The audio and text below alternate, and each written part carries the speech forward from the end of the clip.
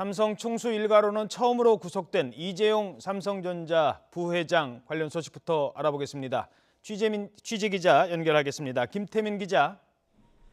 네, 서울 대치동 특검 사무실입니다. 자, 19시간 걸렸어요. 그동안의 구속 과정 먼저 간단히 설명을 해주시죠. 네, 법원은 이 부회장에 대한 영장 실질 심사를 시작한 뒤 19시간의 장고 끝에 오늘 새벽 구속 결정을 내렸습니다. 이 부회장에게는 기존에 적용된 430억 원대의 뇌물공여 외에 300억 원에 가까운 횡령과 수십억 원대의 재산 국외 도피 5가지 혐의가 적용됐습니다. 법원은 새롭게 구성된 범죄 혐의 사실과 추가로 수집된 증거 자료 등을 종합할 때 구속의 사유와 필요성이 인정된다고 밝혔습니다. 이로써 특검은 출범 79일 만에 삼성 뇌물 수사의 정점으로 꼽힌 이 부회장을 구속하는 성과를 올렸습니다. 이 부회장은 현재 머무는 서울구치소에 그대로 남아 앞으로 수감된 상태에서 특검을 오가며 조사를 받게 될 전망입니다. 특히 촉박한 수사기한을 고려하면 오늘 오후 다시 소환돼 조사를 받을 가능성도 배제할 수는 없습니다. 특검도 회의를 열고 이 문제 등을 포함해 향후 수사 계획 등을 집중 논의한 것으로 전해졌습니다. 반면 박상진 삼성전자 사장에 대한 구속영장은 기각됐는데요. 지위와 권한 범위 등에 따른 실질적 역할 등을 비춰볼 때 구속의 사유와 필요성을 인정하기 어렵다는 게 법원의 판단입니다.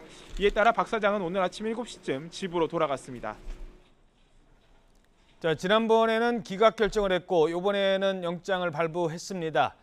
두 번의 차이가 어떤 게 있는지는 잠시 뒤에 좀 살펴보겠고요. 이번에 특검에 손을 들어준 이유 어디에 있습니까? 네, 앞서 어제 법원은 이 부회장에 대한 구속 전 피의자 신문을 무려 7시간 넘게 진행했습니다. 그만큼 총수를 방어하려는 삼성과 이 부회장 구속에 사활을 건 특검 간에 치열한 법리 공방이 벌어졌습니다. 신문 과정에서 이례적으로 휴식 시간까지 가질 정도였는데요. 결과적으로 법원이 특검의 주장에 일리가 있다는 판단을 내린 셈이 됐습니다. 지난달 법원은 이 부회장이 대가를 바라고 최 씨 측에 뇌물을 준 혐의가 제대로 소명되지 않았다고 판단했습니다. 또 당시 뇌물을 받은 당사자, 그러니까 박근혜 대통령이나 최순실 씨에 대한 조사가 이루어지지 않았던 점을 지적하기도 했습니다. 대기업 총수에 대한 영장이 기각됐을 때 재청구한 전례가 없었던 만큼 이 부회장을 불구속 기소할 것이라는 관측이 지배적이었는데요. 하지만 특검은 3주간의 보강 수사를 거쳐 삼성이 합병 문제뿐 아니라 그룹 순환 출자 문제 등 다양한 현안을 해결하기 위해 최순실 씨 측을 지원한 정황을 추가로 확인했습니다.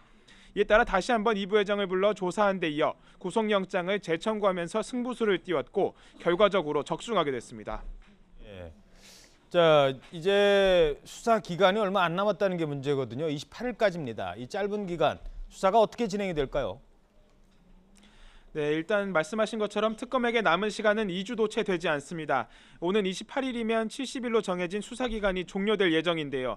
물론 특검이 국회에도 수사기간 연장 법안이 통과되길 원한다는 의견서를 냈고 또 어제 황교안 대통령 권한대행에게 수사기간 연장을 요청한 상태이기 때문에 일단 조금 더 두고 봐야 합니다.